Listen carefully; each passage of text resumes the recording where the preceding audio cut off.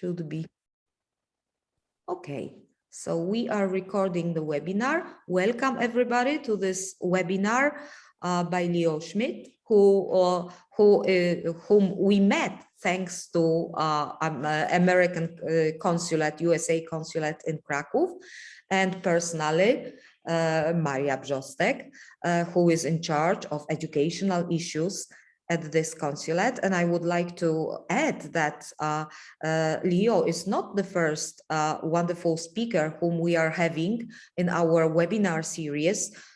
We've been acquainted, thanks to Maria, with Willow Barnowski, then Emily Clark. They also presented webinars for us. And now it's the time for Leo, who is in Poland right now, but he is the person who has lived in 8 different countries and visited dozens more. That's what we read in his in your professional profile, and therefore you have extensive experience in intercultural communication. And interestingly, you speak many languages. Maybe you can tell us something about it. And you have worked with international students for over 30 years. So your experience is really vast. And right now you are at Jan Kochanowski University in Kielce as English language fellow, sponsored by US State Department. And thanks to this, we were able to invite you to our webinar series. And today you will inspire us in the area of online teaching. Yes, how to make this online teaching suck a little less. Yes, so over to you. Okay, thank you so much, Lucinda, and thank you for the opportunity to be here with IATEFL Poland. Appreciate the opportunity. Welcome to everybody who's joining us now. I'm glad you all could join us tonight or this morning, if it depending on where you are. So I'm going to be talking tonight about online teaching and let me just get that up. Okay, and we'll talk a little bit about why it sucks and how to make it suck a little bit less. So, as Lucinda said, I'm here as a State Department English Language Fellow. So I'd like to thank the Consulate General in Krakow, as well as the Regional English Language Office based in Tallinn. So the reason that I chose this topic to talk about tonight is because over the past 10 years, I've been talking with a lot of different faculty and students about online teaching. And a lot of the time, these conversations focus on, on the problems, on the challenges, which is not, of course, that surprising, because teachers do like to complain. There are a lot of things to complain about, right? So we engage in these issues, we deal with problems, we deal with challenges in the classroom, and those can be frustrating. They make it harder for us to do our job. They make it harder for students to learn. These are part of the effective filter, as Krashen calls it, right? This idea that kind of limits what we can do. And online teaching has become especially prominent since the lockdown, since the quarantines that happened in the pandemic in the wake of COVID-19, when many people who were resistant to teaching online had no choice, right, to learning online. And so a lot of the problems were really highlighted there. But I don't think that, these problems are particularly unique to online teaching in some ways. Everything that we have to deal with as teachers when we teach online, there's kind of a corollary in our online teaching. So as I said, I've spent many years talking with teachers and students about the challenges of online teaching and heard many concerns about them. But what I'd like to do now is I'd like to ask you all to kind of discuss what the challenges you have found in online teaching. So think about the challenges that you faced either as a student or as a teacher, in creating and delivering, in learning from an online course, as well as thinking about the benefits. So what the benefits are. So what I'm going to do is I'm going to split you into breakout rooms now. And in your breakout rooms, I want you then to talk with a couple of people, share your thoughts about what you think are the biggest problems that you faced, or that you've seen other teachers face, or you've heard other people complain about, as well as thinking about the benefits. So I'm going to put you into breakout rooms now, and please talk with with the other people in the groups and share your thoughts about what the challenges are, and then we'll discuss those when we come back. Okay, and I'll stop by in the breakout rooms and talk to you all. Okay, okay, so please go ahead and join your rooms and share your thoughts. Please feel a little more comfortable speaking in a smaller group.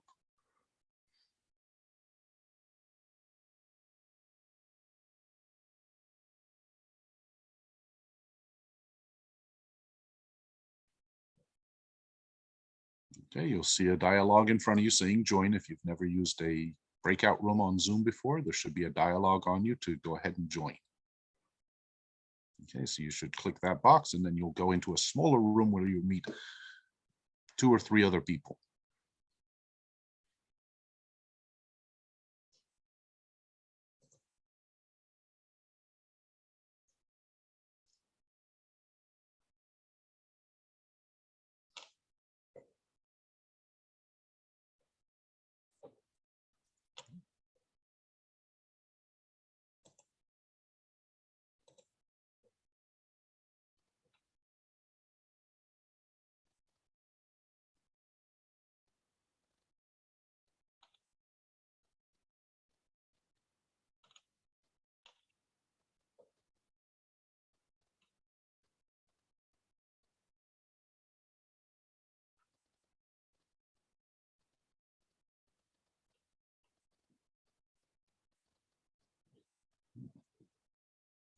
Okay, so I'm still waiting for a few people to join their rooms, please.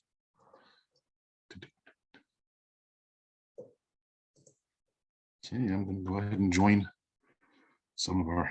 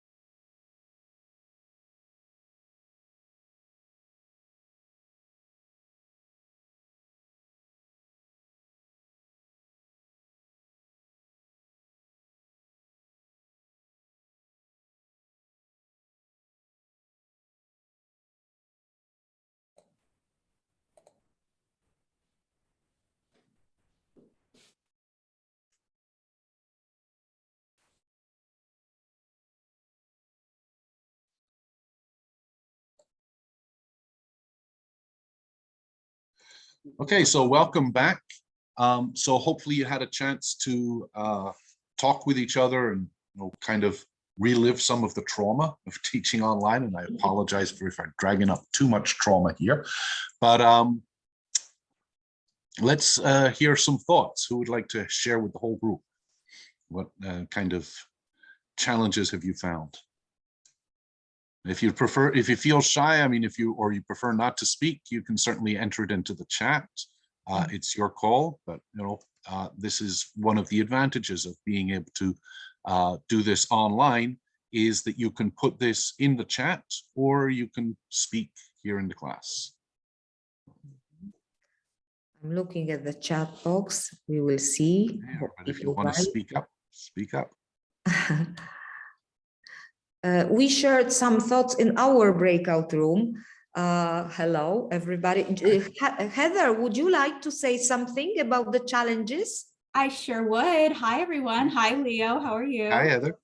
Leo was my professor for grad school, and I had him both in person and online. So very familiar to this format, because during grads we had to do a complete 180 and shift. And so it's nice to see you again. Good to see you.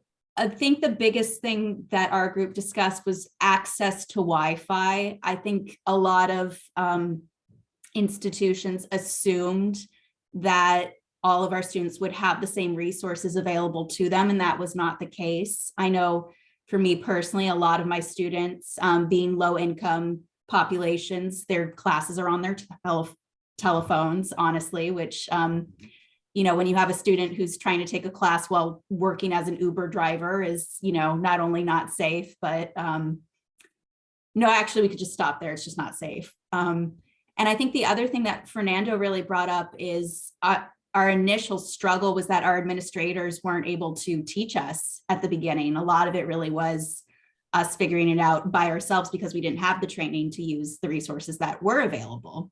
So that's what our group mostly discussed. All right, great. Thank you so much, Heather. Yes, so I mean, you've touched on two very key issues. First of all is the economic issue, right? This is something that impacts so many teachers and learners around the world, being able, having the economic access. Do you have Wi-Fi? Do you have reliable hardware? Are you doing all of this on your phone, or do you have a computer? If you have a computer, do you have to share it with other members of the family? So all of those are going to make it much harder. It's going to be much more stressful, raise the affective filter, keeping it very difficult for students in particular, but also for teachers if they're not supported, which brings us to the second point of the lack of support, the institutional support. And so teachers really having to work out all of this on their own. And, dealing with online teaching is a lot of technology. And, anytime you approach a piece of new technology, if you've ever done any coding, for example, you know that it takes time to learn these things. Anytime you're getting used, if you get a new phone even, you're kind of getting used to it. You move to one system or another. It takes time to learn that. And this is particularly true when we're talking about teaching online. It takes a lot of work. There's a very steep learning curve that you have to deal with. It's a major challenge to be able to work out, how do I use the breakout rooms in Zoom? How do I put something up on Canvas or Teams or Blackboard or whatever course management system you're working with? That as a teacher is an enormous stressor. And then of course our students are also dealing with those same issues. So those are two major challenges with online teaching, particularly when it's so much demand to shift so quickly as there was during the quarantine. Many people just had never taught online and suddenly had to work it all out in a matter of weeks. Fernando has his hand raised. Yes, Fernando. Another thing that I think is really important is the fact of interactivity. On online classes, there's a tendency, depending on the number of students you have, if you don't use the breakout rooms like you did, which was fantastic, because this is a good way to show what we can do to make a class interactive. If you don't use breakout rooms, classes are not interactive at all. It's just there's teacher-centered, and the teacher tends to speak all the time, and the students just one at a time in a group of 10, 15, say one thing or another. This is crazy. This is something that has to be fixed. This is something that teachers have to be aware of. It's very easy for teachers who don't have enough experience to go on with the flow because it's easier for them. They don't expose themselves that much. You know, they have control of the whole thing. But we have to remember that a good class is a student-centered class, not a teacher-centered class. So the interactivity factor has to be, the interactivity factor needs to be dealt with carefully. And one way, good way of doing this is using breakout rooms. Breakout rooms, in my opinion, solve this problem of interactivity. All right, great. Thank you so much, Fernando. Yes, so solve this problem of interactivity. Yeah, so I really appreciate that. I mean, the interactivity, I think, is one of the challenges, and, you know, teachers approach things in different ways. There are certainly, unfortunately, there are teachers who are much more teacher-centered. But as Fernando points out, interactive classrooms, there's a lot of data, there's a lot of research that supports this as a way of learning and a way of engaging. And I know some, some people don't feel that comfortable with that. There may be attendees here tonight who feel bad. Wait a minute, why are you putting me in a breakout room and making me talk to people? I just wanted to, log on here and listen to you talk for half an hour or an hour. There are different approaches to this, but I think the interactivity is very important, and breakout rooms do solve a lot of that. The ability for that kind of one-on-one or small group interaction. Yeah, absolutely. Thank you. Anybody else to share some thoughts, some other challenges or concerns, anything that works, anything you like about online teaching? Okay, so in that case, I'm going to roll on and we'll have a look at, a couple of points that I've been looking at and working on, and looking at what other people have been pointing out. So we are born in the physical world, and one of the things that came up in our group is that, this sense of teaching face-to-face is much more natural, that what we're doing here has, still feels a little weird, a little strange, that we're talking to each other. I mean, I'm sitting here in my living room and I'm talking to you. I'm talking to a black screen, essentially, right? I'm talking to electrons. And that's not how I was raised. When you get to be my age, this is not how I was when I was a child, talking to a screen. People talking to TV screens when I was a kid, there was something strange with them. So getting used to that is a little different, right? We are born in the physical world. We're used to socializing in the physical world. So we inherently compare anything that we do online with how it looks in the real world. And I think that's a mindset that you will find with many teachers is online. Well, how is it worse? How is it different? So we, a lot of how we view online teaching is as how it falls short of what we do in our real life face-to-face teaching. And I think that is a natural approach, is a very normal and typical approach, but it fails to see many of the opportunities that are available for online teaching. And of course, if we want to get deeply philosophical, we can start thinking about what is reality. There are a number of people who have posited that our reality, we're just avatars in somebody else's video game. We're just copies of The Sims. You can think of that what you like. Pointing out some of the goods from Van Wart et al., and a couple of you've touched on these. You can be anywhere, right? Our ability to be wherever. So Fernando's joining us here from Brazil, and Heather's in the United States. I'm here in Poland. I'm in Kielce. I think Lucinda, you're in Krakow, right? So we can be anywhere, and that's an amazing ability to be able to be anywhere in the world. And you can also be at home, right? You can be much more comfortable, hopefully, by being at home. So that's certainly a positive.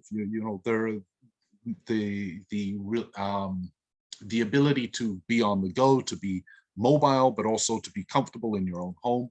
That's nice.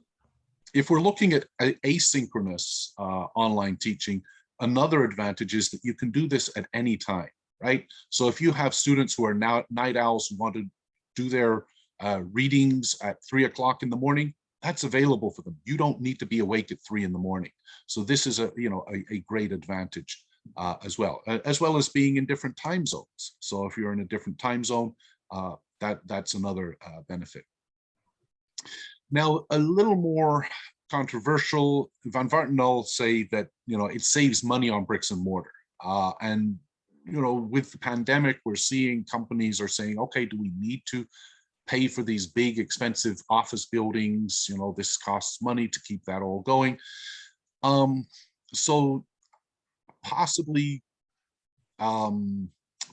governments can save money on schools, on building schools if everybody's staying at home. There's a possibility. Whether this actually works out or not is a different question, of course.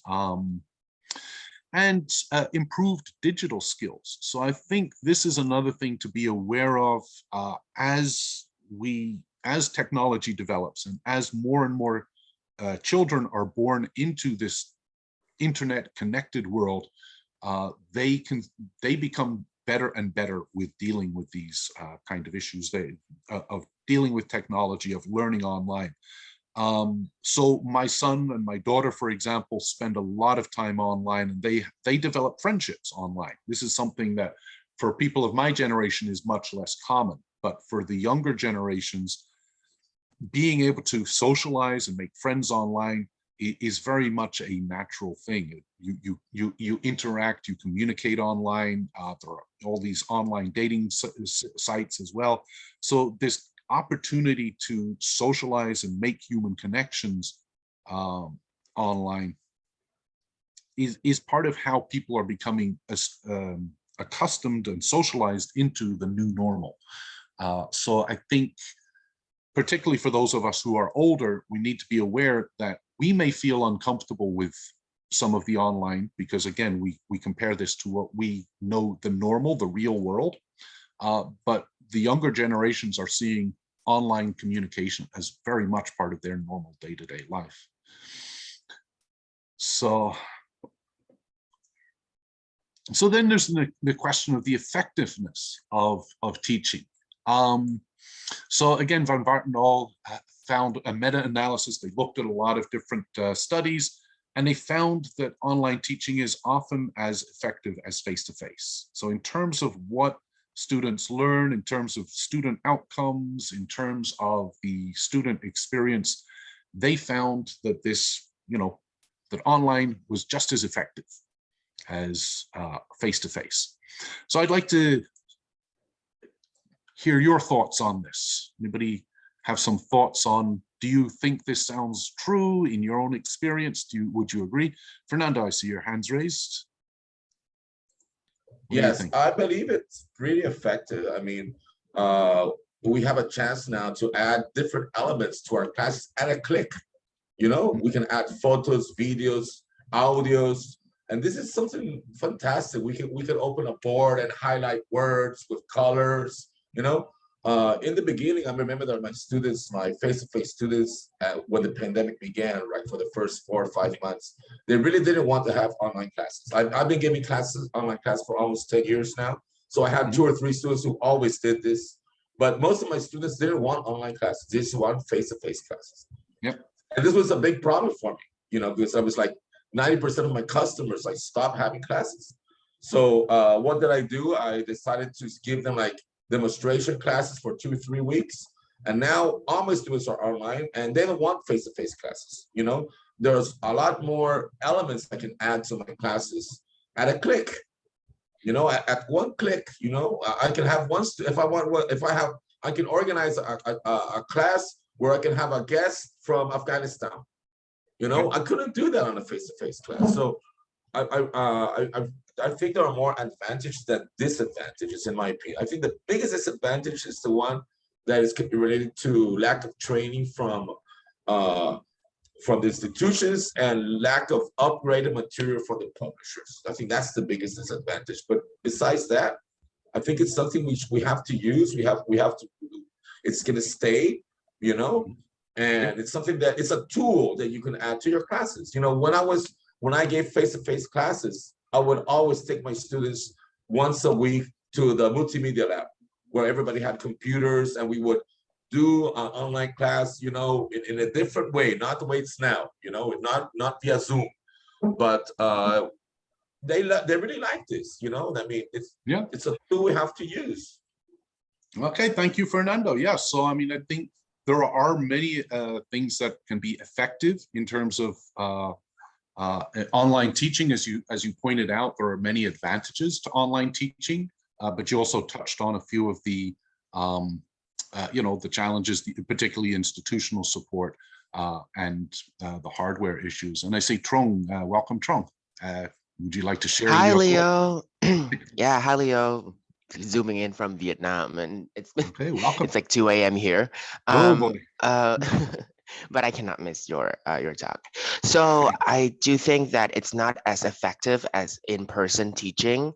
In my experience, especially with the group of immigrants in the US that I used to teach at the New Schools Outreach Program, a lot of the students there were people who were not really tech efficient, who were not really tech savvy, and their interaction with Zoom was kind of limited to just looking at the screen where they can see me in a little window. And every time, you know, and a lot of them are kind of like in the age group of, you know, 50, like I guess like 40 or higher. And I'm not saying that age is the only factors that influence. There are people who are a little bit older and tech savvy, but in my experience in both classes that I've taught, they tend to not know how to activate the full potential of Zoom. And in some cases, they zoom in from the environment where they don't have really great internet connection. So it's been tough. It's been challenging without those you know, and a lot of them, because they zoom in from their home, so, and they are workers, so they really try to take advantage of the opportunity to both work and study at the same time. So I think with Zoom, since they are at the comfort of their own home, a lot chose to be not, you know, visible on and not having the camera on, which I'm not saying that we should really force them to, because a lot are in, you know, situation where they can't really have a background that is suitable for Zoom. So I'm also not encouraging teachers to like force student to be zooming in with videos on, but a lot of them, because of that, create kind of like these you know, interest frictions with the purpose of teaching, right? They don't open their camera on so they can do whatever, and it create a lot of distraction. So in my and again, a lot of people like me who have really short attention span, looking at a little frame on a computer can be really distracting. If there's a Google that is being open next to me, if there's a YouTube video playing my favorite programs on, I'd rather do that, you know. So in my experience, I wholeheartedly think that online teaching, to the best that we could, to the institutional power that we try to, you know, appease to, it's not as effective as in-person Okay, teaching. great. Yeah. Okay, great. Thank you, Trong. So yeah, I mean, I think the students' lack of skills can often be a problem with you know, the effectiveness of online teaching. And as Van Barten do point out, a lot of the surveys on online teaching are taken online. So it misses out a large population that don't feel comfortable online. You know, the people who do surveys online are more likely to feel comfortable online. Not surprisingly, if you don't go online much, if you don't feel comfortable doing anything more than, you know, answering email, for example, you're much less likely to be engaged. And so there's certainly that is an issue. Okay, so anybody else want to share? And this is, of course, your opportunity. If you're not familiar with, you know, if you don't participate in Zoom sessions and talk, here's an opportunity for you to engage. Anybody who's not spoken, because of course that's another issue. Okay. So, again, some of the problems are these different perspectives, right? So Fernando has had great success in his experience with, getting students who were reluctant at first to engage and found that, there were a lot of things that we can do online that are more effective. Trung talked about some of the lack of the challenges because, some students are resistant to those changes, and it can be difficult to get used to this new world, this whole new area, right? So different perspectives on what the purposes of this are, what technology can offer us. Some people are very concerned about technology. Some people are much more conservative in their viewpoints and they don't like those new things. This is all very new. Whereas other people embrace everything that's new, whether it works or does not work, okay? And technology is constantly changing. I mean, the Zoom did not exist. I think it's been 5 years, not even 5 years that Zoom's been out here. I remember using some of the early course management systems in the early aughts, and the changes are enormous on what you can do. So technology continues to change. The ability that we have now to be able to talk using video cameras, if you feel comfortable using your video camera or not, really the bandwidth was not there, the ability was not there. And now smartphones are ubiquitous. People can do this. You can do this on your smartphone. This is certainly a change. But I think one of the other challenges is the rapid changes in student and faculty administration expectations, what we all expect to get out of our experience in online teaching. So that's certainly a challenge. And Fernando, I see your hand is raised.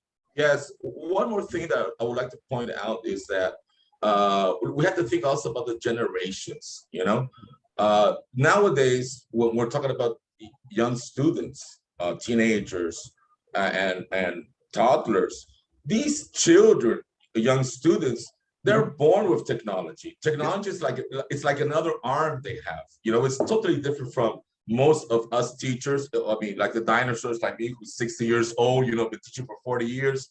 And for us, I mean, for many teachers, this is a problem, but not for the students. On the other hand, the students are so used to it that when they go to a class and this technology isn't there, they kind of like, oh, what's going on? I think that's something interesting. We're talking about students having problems with technology. I don't believe that the young students have problems with technology. On the other hand, it's easy for them. The problem is with the teachers who are not, who haven't had this, who are not part of this technological era, this online era, or this digital era as these young students are, So we have a lot to learn from them, and we have to upgrade ourselves. I mean, if these teachers don't do anything about it, we have to take initiative. And that's one of the difficult points. Thank you, Fernando. Yeah. Yes. So I mean, certainly, the younger generation, the younger you are, the more likely you are to have, encountered and feel comfortable with technology, with online teaching, online learning. This becomes part of your milieu. As I said, my son and many people of his age feel more comfortable interacting online sometimes than they do interacting in person. So certainly there are generational issues. That's not to say that younger generations don't have problems with technology, because they really do. Okay, just because you feel comfortable using Discord or Snapchat or TikTok does not mean that you will feel comfortable using an educational app. There are some differences, and there are some challenges that our students, even our younger students, can face in terms of technology. So I'm gonna, so the challenges again, Van Vartenal have talked about all of these, and I'd like to explore some of them. Are the unrealistic expectations combined with poor supports. And this is something that a couple of you have already touched on. This has all been heightened by COVID, this expectation that we're somehow going to keep going and having the same results as we did before, and yet there's not the support for this. And so we still don't have all the data in for the changes that happened during the years of the pandemic, but the initial indications are that learning outcomes, along with many other outcomes, have been significantly hurt by this. So yes, students were able to go home and take classes online in theory. In practice, in many situations, that just didn't happen. So but there were the expectations that, yep, sure, they're going to get an education just like they would normally. Whether that's the case or not is another one. Another one, and Fernando touched on this, is to what extent faculty are motivated, particularly when you're at my age. I'm 55, so you get, it gets harder to think, quite frankly, to engage with these things, and you have to learn, you have to put effort into this. And many teachers that I've talked to of my generation have put a lot of effort into getting where they are and doing what they can do now. And they've avoided having to teach online for 30 years. And now they're kind of being pushed into this. So the motivation is often a problem for faculty. Faculty don't feel really engaged, again, because of that lack of support. That can be a challenge. Now, I'm going to say, I've got in parentheses there, not you, because I'm assuming that the fact that you are here indicates that you have an interest in online teaching, that you have something that you want to learn more about it, that you are motivated to do something about this and to kind of see how we can make online learning suck a little less, right? So how we can make this better. So the very fact that you're engaged, and I often say this, people who go to talks and go and try and learn about things are usually the people who need it the least. The people who really need it are, quite frankly, going to be at home reading a nice book or a newspaper. And then we've got this question of quality of instruction, right? So yes, there is, there's a question of reduced input. Are the hours that we get as a teacher in the classroom the same as the hours that we get online, right? Particularly if we're doing asynchronous classes. What does it mean if you're just reading a discussion board, putting a response to that, reading a text, or watching a lecture, watching a pre-recorded lecture, and then making notes on this? Is this the same? There are opportunities for academic dishonesty. This is, again, this has a corollary in real world teaching. And there are certainly going to be students who are going to engage in academic dishonesty online, just as they would if they were in class. And another challenge is that small problems can become much bigger. So if you are having a challenge with your microphone tonight, that can be, certainly an issue. And then social presence and student preparedness, and those are things that I hope we'll have time to talk about. So my next question, so the first point here, and I think this is, for me, is often the biggest, the one that people complain about the most, the one I feel the most, is this unrealistic expectations and poor support. Okay, so, and again, I'm going to put you into breakout rooms now, and I want you to think about the situations you have seen in terms of unrealistic expectations. Think back to your experiences teaching online over the last few years. And what are your thoughts on addressing those, right? So I'm going to put you into breakout rooms. And so again, please join your breakout rooms, talk with the other people in your groups, and share your thoughts on what are the expectations. Are they appropriate? Have you gotten the appropriate support that you needed for those? Okay, and I will join you shortly.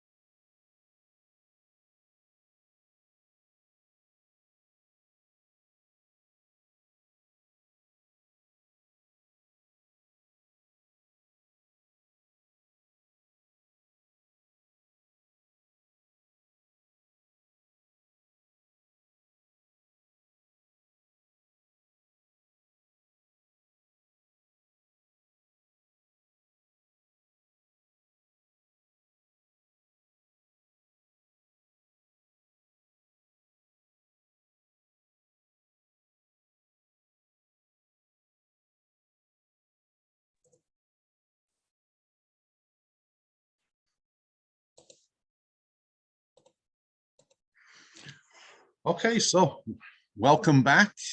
Anybody want to share their thoughts on things that they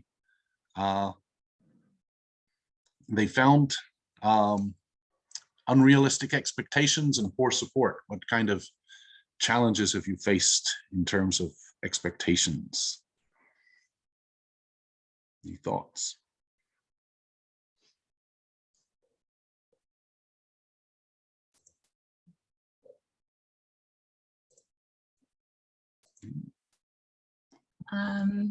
I'll go ahead and start. Okay, yeah. My group mostly talked about like the technical constraints. So the expectations we had technically, whether that was what the parents, students had in us or otherwise. But another concern I have when I start teaching in the fall is just the support that I would get would be more of like monitoring and policing of me as the teacher from the administration. That's a concern I have to go into it with. Right, and that's a big concern, I think, for a lot of people is, these expectations, are all put on the teacher, right? There are enormous expectations. Oh, the teachers, well, you can't trust teachers. They're going to just take any opportunity to just slack off and not do their job. And so there's this push often in many situations, and I'd love to hear if you don't have that situation where you are, but there's a lot of online attempts to monitor and make sure you are actually teaching the way you're supposed to be teaching. So this, these expectations that you be online and you be monitored at all times has some kind of big brother ramifications, of course. But that's certainly a challenge. Fernando, you have your hand raised. Yeah, we talked a little bit about the students' expectations, and this is something really interesting because students want to learn English, right? They're in this new environment. I mean, it's something new for them too. And one way to address students' expectations is to make them part of the process, I mean, we can ask them. I mean, I always ask my students, what am I doing that you don't like? What am I doing that's okay? What would you like me to change? What would you like me to add? What ideas do you have for these classes? For me, this online classes and groups is also something new. And I get some really interesting suggestions. I had one student who asked me to have an online book club where I could invite all my other students. So we do that. On Sundays in the evening, I have a book club where all my students enter and we read together a book and we discuss some ideas. Another student asked me, Fernando, what about bringing a guest? Or can I bring a guest? I have a friend who just got back from the States. Can I bring him to the class? So if we help them add to the process, if we invite them to take part in helping us with the classes, in a certain way, we meet their expectations also. I think that's important. I think the students' expectations is really important. Their needs. I mean, what are their needs, right? Absolutely. And not just ours, Thank you, Fernando. Yeah, absolutely. I agree with you. Absolutely. I think it's important to get students to buy in, to talk about, share their thoughts, share their needs, and as much as we can respond to them and, address those needs. And if they've got great suggestions, absolutely we'll want to take them up on those. So yeah, I think that's a great way to look at it. Heather. Hello again. First of all, I love this comment. I kind of want to print it out and put it on my desk because that's definitely how I feel. It's interesting looking at the tagline, Leo, with unrealistic expectations and poor support. I went to grad school, as you're aware, to be an English teacher. I do not have an IT background.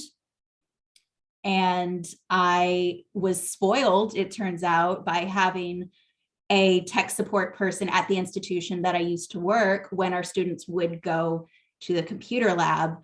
An example of poor support that I have had is when my students suddenly have issues with any kind of technology, whether that's their cell phone, the desktop, or a website, there isn't somebody I could reach out to contact to help, like a tech support phone line, or even just like an administrator who would be available specifically to address issues like that.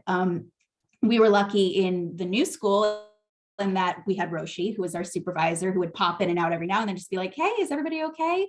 But you know, at higher institutions, it becomes where you're an employee versus just a student doing student teaching. In their brain, oh, we'd have to hire someone to be available for a 3-hour block, and we don't want to do that.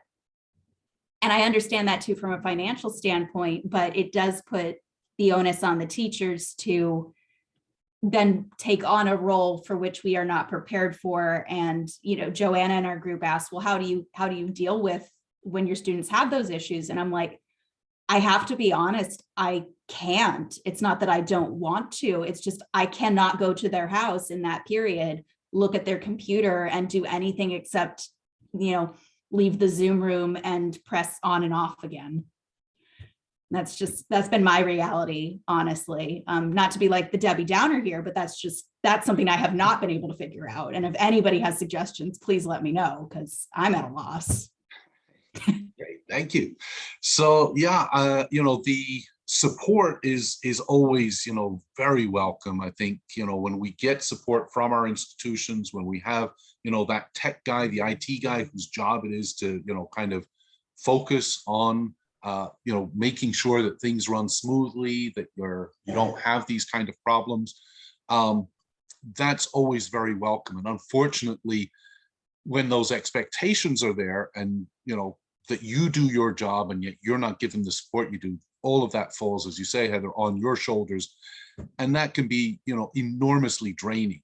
So there is a need for training. Yeah, absolutely, I would encourage all of you to become more familiar with, you know, using tech and being able to apply this, but don't take this on. You know, you can't do everything, right? You're a human being. You need to look after yourselves as well. So yes, you want to continue to develop your skills, but you have to balance that with, you know, staying sane, right? So, you know, you have other things that you need to do. And this is one of the reasons why there are so many complaints about online teaching, that, you know, it's so, because you find everything falls on you. You have to create the content, you have to, and then you have to find out how you're going to put that online. You have to deal with all the tech issues. I mean, the number of times that I've had to Google, you know, what do I do with this, you know, particular app, and why isn't it working the way it's supposed to be working? It's a lot of time, it's a lot of effort, it's a lot of dedication that it requires. And you know, we're human beings, and that has an impact also on our teaching. So certainly if that support, the tech and design support, is not there, you know, you can do some training on your own, but it's going to be limited. And of course, increased incentives are always nice. If there are incentives to say, okay, look, get more prepared, learn how to teach online, develop your skills using Zoom or a course management system like Canvas or Blackboard or Teams, you know, all of those are good, but unfortunately, these are often lacking. And this also applies for our students, right? Our students need that support often. They don't, you know, as Fernando pointed out, younger generations, yes, they feel more comfortable with a lot of the technological applications, but that doesn't mean that they don't have problems. They can have significant problems too, adapting to this, particularly if they come from a resource poor background where they're not as familiar with a lot of these applications as well. And then they have to work out, how does this, you know, how do I make this work? How do I make that happen? So all of those are going to be, you know, significant challenges. And then in terms of the content hours we were talking about earlier, you know, the time that we spend on this synchronous and asynchronous, you can balance that, you know, the time we can talk here online, you know, balance that out with, you know, talk, you know, putting content online, but again, more support would be good. So I'm aware of the time. It is 9:30. I'm happy to stay on here. I've got a few more things to go, but if you do Please need don't to go. leave, I understand. Please don't go. It's been amazing. It's been the first truly interactive webinar that I have attended. And it's such an important issue. You're doing, Leo, you are a amazing professor, and you're doing something very important for me, at least. Okay. It's been really important. Okay. So in that case, I will stay on a little longer and I'll continue talking, but I understand and certainly will not be offended if anybody needs to leave. This is another thing with online teaching, of course, is, you know, it's like, again, there's a corollary with on-site face-to-face teaching, right? Students, you may be strict as a teacher and say, no students cannot leave the room without my permission. Or you can say, you know, you're particularly if you're teaching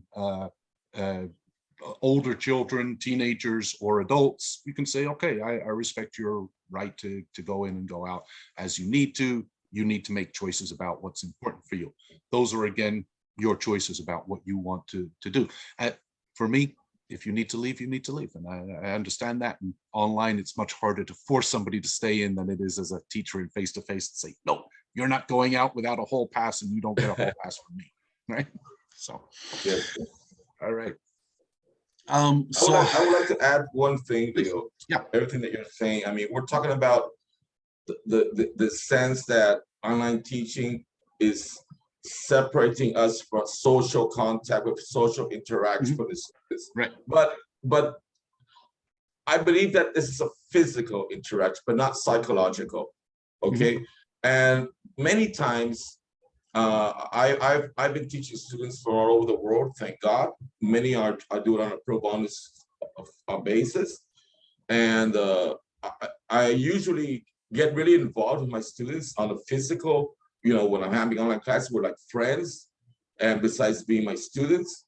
But I've managed to do something similar on online classes, but I'm not really like a friend. I'm more like a psychologist. And this is something that is being a burden for me in some moments.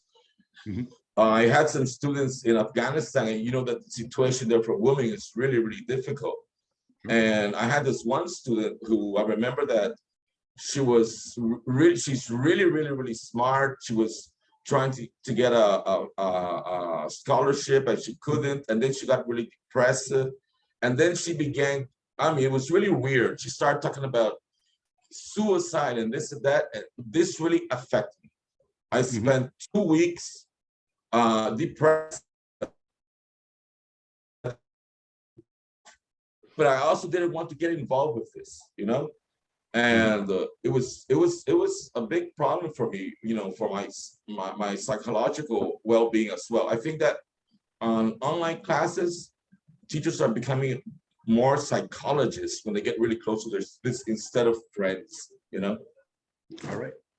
So yeah, I mean, you know, obviously, you know, I think, you know, working with vulnerable populations like people in war zones like Afghanistan is, you know, certainly, you know, a very admirable work. And, you know, and certainly I commend you for taking that on. But, you know, anytime you work with vulnerable populations, you deal with the psychological ramifications of that, you know, and you, as you say, you kind of take on a role of psychologist. You can sometimes, as a teacher, sometimes you're the only stable adult influence in a person's life, and that's a lot of pressure to put on someone, right? Yeah, and that, you know, that face-to-face or online, that's going to be a challenge, you know, absolutely. And again, you know, I'm going to pass on good advice because that's the only thing you can do with it, is look after yourself. You know, I recommend all teachers need to look after themselves, take care of your mental health. And, you know, as a add-on, particularly for what we're talking about in terms of online teaching, the shift to online did lead to a huge spike in people suffering from anxiety and depression. Alcohol and drug abuse, you know, skyrocketed around the world. People were in social isolation. This had a huge impact on mental health around the world. And teachers often, again, are maybe the only or one of the few stable people that people can talk to. And that puts pressure on us as teachers. And we need to be aware of that. We need to take care of our own mental health periodically. You know, it's like, and no easy answers. I'm not a mental health professional, but I will, you know, encourage all of you to kind of engage, you know, and be aware of that, because our students are suffering, we're suffering, you know, when we have those, particularly when you've got, you know, whether it's the pandemic or a war zone or refugee situation or just poverty or abuse or whatever it may be, all sorts of, horrible things in the world, unfortunately. Yes, for sure. Sorry I brought that up, but it was a way for me also to, I'm having such a good time Sometimes here you have to unload. now you're being my psychologist. Sorry for that, Leo. Yeah, it's okay. I've gotten used to it. So yeah, I think, in terms of the expectations, again, you got to address these institutional expectations, not to get too political, but I do think it is important for teachers to advocate for themselves, to communicate and say, listen, this is not realistic, and push for shared governance to try and have some sort of say, because unfortunately, in many educational systems around the world, things are very top down. It's the people at the top are making decisions and they're saying, okay, well, the teachers can go handle that. And the teachers then, say, wait a minute, this is not, this is not realistic, as my, little comic there portrays. It's like these expectations as a teacher, pushing back and saying, look, this is better for our students. This is what works for our students. This is, important.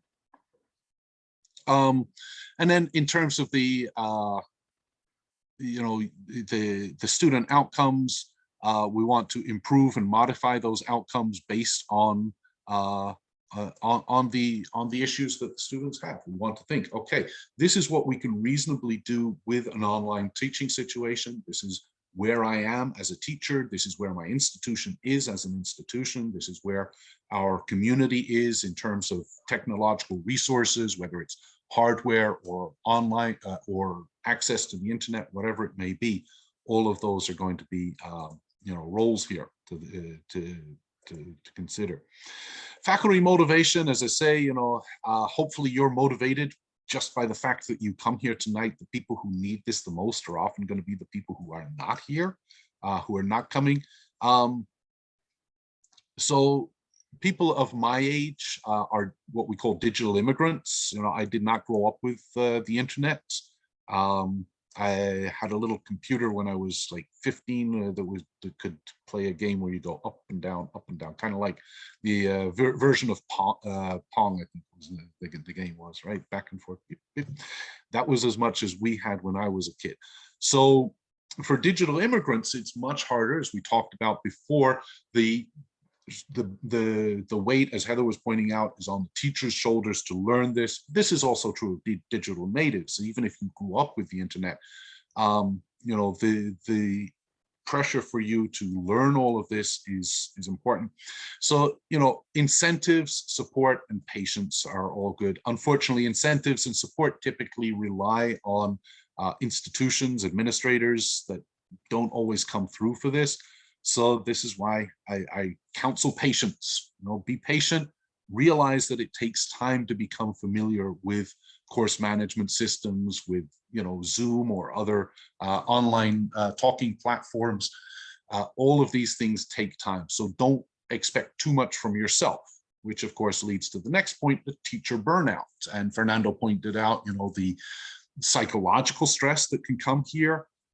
Teacher burnout is unfortunately very real.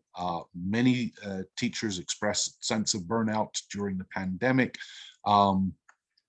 Again, institutions can really help a lot. If you've got a good administrator, and I will tell you, they do exist. There are, my experience, not the majority of them, but they do exist. And they will support you. They will help you with, reduced classes and other forms that will kind of recognize that you are, dealing with a lot of difficult challenges when you're engaged with online teaching in particular. But this is true again with face-to-face teaching. These same challenges arise. And then the lack of opportunity to develop skills, right? So whether it's a question of getting the time to be able to do that, or to take classes, right? So, I mean, if you want to kind of work out how to use Blackboard or Teams effectively in your class, there are some good instructors online who can help you with that, but then they will often charge money because they need to live too. And if you can get support to do that, then that's great. There are free ways that you can do this, but not always. Fernando, yes, yeah. Yes, you're talking about lack of opportunity to develop skills in relation to teachers. I do agree with what you said right now. But on the other hand, I mean, how many of us are lucky enough in the last 2 years to have access to professors like you? Before the pandemic, this was impossible. You had to pay for a Congress, travel, stay in a hotel. And now we have a lot of professors like you who are willing to share their experience to the world. You know, I'm taking part in webinars every day. This is my third one. And I've had a chance to see very interesting people like Andre Hill, Marianne Sosa, and many other, you know, monsters of education, thanks to this change. You know, which, so I mean, yes, certainly that this I would have to pay to go to these, you know, to a Congress too, you know. But now, of course, there's a lot of material. You have to be very careful with what you choose, with who you see, because there's also a lot of bad material and a lot of bad webinars, people who say things who make no sense. You know, I'm always consulting my coordinator when I have something that's dubious. And she's like my reference. She's like my guru. And she says, Fernando, this makes sense. This doesn't, you know. But I'm having a fantastic time. You know, I'm really active when I take part in webinars like yours. And I can't avoid this. I'm really sorry if I'm making too many questions or too many comments or raising my hand too much. But that's because of you, because of the way you're doing it. I'm really engaged. And I really appreciate that. Okay? All right. Thank you. Thank you, Fernando. And I encourage everybody else, some of you are joining but are a little more quiet and reticent. Please, you know, share your views too, share your thoughts, share your concerns. Because yes, as Fernando pointed out, more and more webinars are available. You know, going to a conference like IATEFL or TESOL is typically very expensive and may be beyond the reach of many teachers. But yes, you have a lot of webinars online. It's, you know, not always possible to work out what's going to be the most beneficial for you, what's going to help you the most. But, you know, just getting involved is, you know, is worth doing, right? I mean, it's so you do have this opportunity. It is possible to learn how to teach online, to improve yourselves. You know, I encourage everybody to continually try to improve themselves, you know, to become better teachers. It's a process. It's not a finished product, is the way I look at personal motivation, you know, personal development and professional development. And then quality instruction. So I'm going to go over these last ones kind of quickly, just in the interests of time. I don't want to go too long over. So, you know, this reduced input, right, this is a challenge, that you're not getting the same contact hours as you might get if you're in class. So certainly extending the time, allowing more time, as we are doing now. Tailored instruction, so focusing, using the time online to focus your instruction so that it's more effective in a particular context on a particular platform. And developing more asynchronous work. I mean, again, one of the major advantages of online teaching is that you can put this asynchronous, and, you know, this webinar is being recorded. People can look at this years from now, I assume, I don't know. But this is an opportunity that you can see these things later. You can go back and you can check and see what crazy things I said. So these are all opportunities to increase the input that students have. And the same thing applies to anything we're teaching. You can put it online and allow students to have more opportunities. The academic dishonesty, typically I do the best I can as a teacher to create assignments that don't really allow for much academic dishonesty. So typically I try to personalize as much as possible the assignments so that they're, it's not easy to just copy what your neighbor or classmate is doing. But you know, there are steps that are being taken, but this is a constant fight. I mean, there are no easy answers. Students are going to cheat around the world, and the more we can kind of engage in a discussion on that, I think, is the best way to kind of make students realize that they're really, in the end, and I hate to sound cliched, but they're cheating themselves. They're not, they're not doing much to benefit themselves. So I think developing that mindset can be very helpful. And then another challenge in particular with online teaching is that small problems can become much bigger. So just, something like not having the internet at any particular time. I've been teaching classes and the internet just cuts out, and that's it. The whole class just breaks.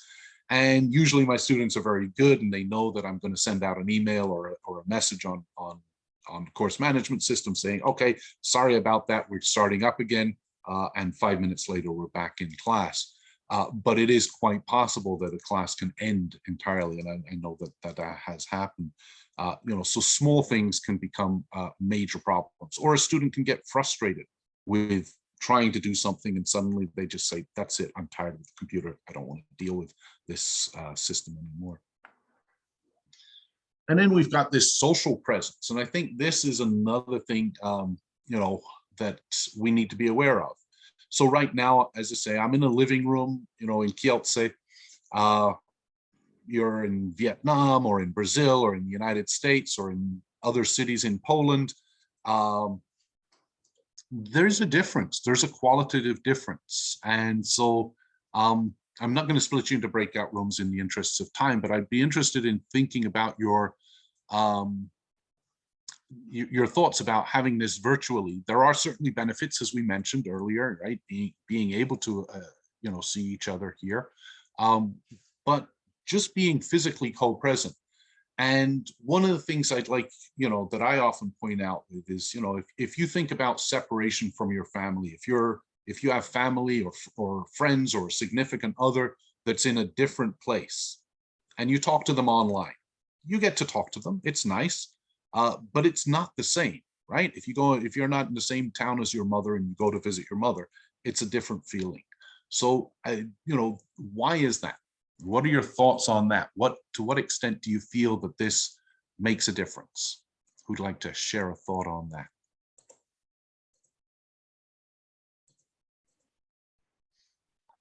Leo. Yeah, Peter. Yeah.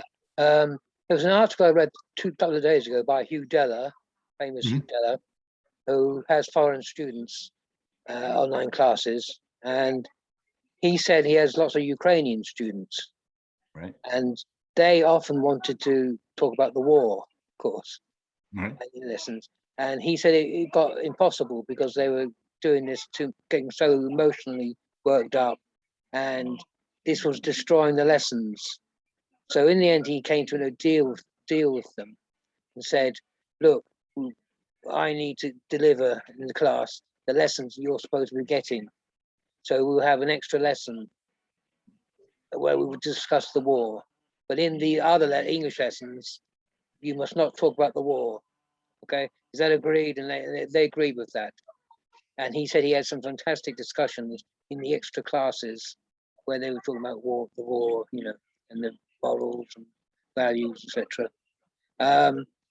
So, yeah, that proved to me that I was a bit cynical about how having heartfelt conversations over the internet is really difficult.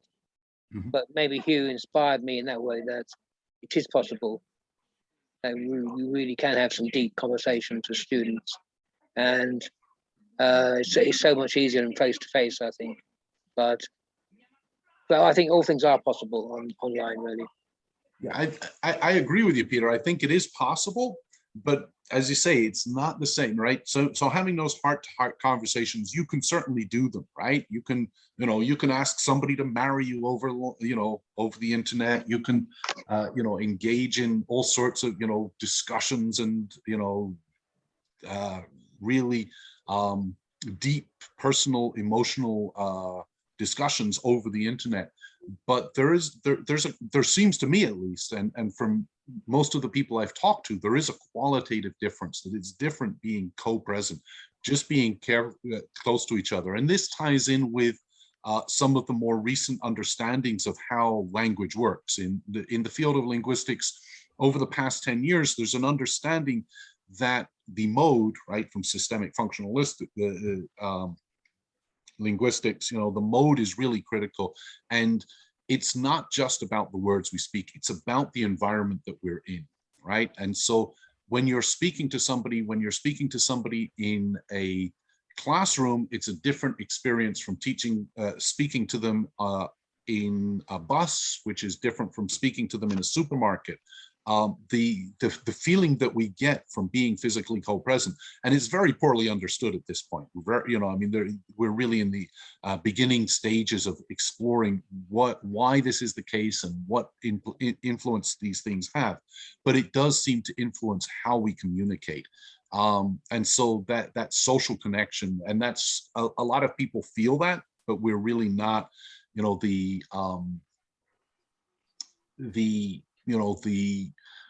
intellectual framework, the academic framework is still absent for a lot of this to explain why it is that we can speak, and we can certainly talk about these ideas now as we're doing over the internet, but there does seem to be a component that is different, and people feel that. And this is, this goes a long way to explaining why so many students felt a sense of relief to be able to go back and be in class, as well as why so many people were pushing to get out of quarantine and couldn't wait to go back to socializing and living their life and being, whether it's going to nightclubs or going to restaurants or gyms or wherever they go, being physically co-present. It makes a difference in how we interact. Heather, you have a hand raised. Hello. For context, I am a teacher, and also, as some jobs have disappeared in the United States due to politics, unfortunately, I have also had to take on an office desk job. And it is very interesting when you meet some people who you work with day in and day out, and they have a completely different tone on email than they do on a group conference call such as this. And tomorrow is going to be the first time that I see some of these people who I have been working with for the last 6 months. And I am sure that will also be a completely different experience. And I really think at the end of the day, it has to be back and forth. I think of Scott Thornberry, and that language communication is a long conversation, and how much effort you choose to put into that conversation does say something too, because if someone just says BRB, talk later, that's different than being like, as an example, hey girl, yeah, I'm in a meeting right now, I'll talk to you soon, versus hello everyone, I'm in a group conference call, I decided to put on a shirt instead of my bathrobe for this conversation. And tomorrow, I'm sure stereotypically some women will put on makeup for the first time because we're out in a social setting, and that is an expectation. So I think there's layers to communication, not just within English language learning specifically, but within all forms of communication. And I think that's something that we also have to be aware of as we go through different modes. You have email, you have phone calls, you now have video conference calls, which is largely what we're talking about. And then there is in person. But how much effort are you personally putting into all of those modes? You also, as a teacher and as a person, have to be responsible for how you're coming across cross-platform, I think. Absolutely. So a lot of it comes down to your effort and how comfortable you feel with this, and your engagement with this. And again, as a digital immigrant, it's like somebody who is kind of adapting to this. I approach it very differently from people of younger generations who are going to kind of feel more comfortable with this kind of thing. As I say, my children are much more comfortable with kind of online communication than people of my generation who still make up the bulk of teachers. So these things are all going to be changing enormously over the coming years, as we see. But these questions of social presence. Okay. And then we've got student motivation, the student preparedness. So yeah, as Fernando said earlier, our digital natives, younger students are feeling much more comfortable with technology. So they may, but they may struggle with something like a course management system, or even something like Zoom, like this, they may not feel comfortable with this. Most people of the millennial and Gen Z generations don't use the phone as a phone, right? As speaking on the phone, it's much more common to text. So we tend to, so the comfort level can be a challenge. So, we want, and that's particularly true if motivation is an issue for our students. If our students are not feeling motivated, the more we can do to kind of get them to say, look, we're going to be doing this online where you feel comfortable, hopefully, what can we do? So we want to build, we can do that through building their intrinsic motivation, things like gamification or a sense of wonder, look at these cool things. Fernando was talking about, bringing up pictures and videos and so forth earlier, or extrinsic motivation, which, is perhaps not as effective as intrinsic motivation, but typically simpler and easier to apply. So offering rewards and grades, things like this, finding something that will kind of say, listen, you need to kind of engage with, this course management system, and you'll get a grade if you do this, right? So one of the things I've done is on course management, sometimes I say, okay, I want you all to post a profile on your course management, on Canvas or Moodle or Blackboard or what. Blackboard is not very good for this, but Moodle or Canvas, for example, create your profile, say who you are, introduce yourself, curate your online presence, and that also builds a sense of community. So, and again, the training for our students is going to be important if there is support for them. And then here, just Reyes Fournier's work, talking about this effectiveness. We want to have this strong cognitive, social and teaching presence. So as Heather was saying, putting ourselves into this, being engaged. The social constructivism, engaging in understanding what it is, talking on, what Fernando was saying about, building a consensual classroom where people's views are encouraged, and developing the latest instructional techniques. And tech continues to develop. There are all sorts of wonderful apps out there that really are effective depending on your teaching style and your teaching approaches. But engagement is also important, directly, kind of getting that, building that relation. This is one of the reasons why I use the breakout rooms. This is a short session, so we couldn't use them as much as I might use if I were teaching, where I use them much more heavily. But, those breakout rooms allow an opportunity for people to talk to each other rather than just listen to the teacher. But, certainly the expertise of the teacher is going to be important. You want to show that you understand the material, that you have an approach that's going to be effective to help the learners to kind of engage with the material, understand the material, use the language, particularly when we're talking about language skills. We want to give them opportunities to practice and develop that. The technical expertise, again, this is a long process, and, there are going to be people who are not comfortable with that, and that's okay. And then, developing those interactions, getting planned activities so that, communications are going well, managing communications. And, I'm going to just quick check on the chat, which I apologize, I haven't had a chance to get to see it, see that, but managing all of that is part of the challenge. So with that, here's my email. Feel free to email me if you have any questions, comments, complaints. Always happy to see them, and I'm happy to hear any comments now. Otherwise, thank you all for joining me. Have a good night. Thank you, Leo. It was amazing. I had a wonderful time. All right. Serious. Thank you so much. Glad you could come. Thank you very much. Thank you from IATEFL Poland and all of us, in fact. Yes. Okay, thank you. Is there anything else that somebody wrote in the chat box? I don't see anything. I've been checking it once in a while. Thank you, Lucy.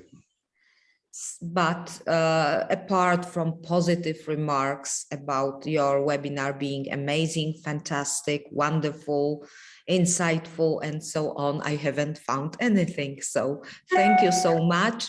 And let's keep in touch because maybe we would like to ask you for another equally inspiring webinar. If you agreed, of course. We'll see. All right. Sounds good. Thank you so much, Lucinda. Thank you all for joining us tonight, this morning. Yes. Thank you. Thank you. All right, take care.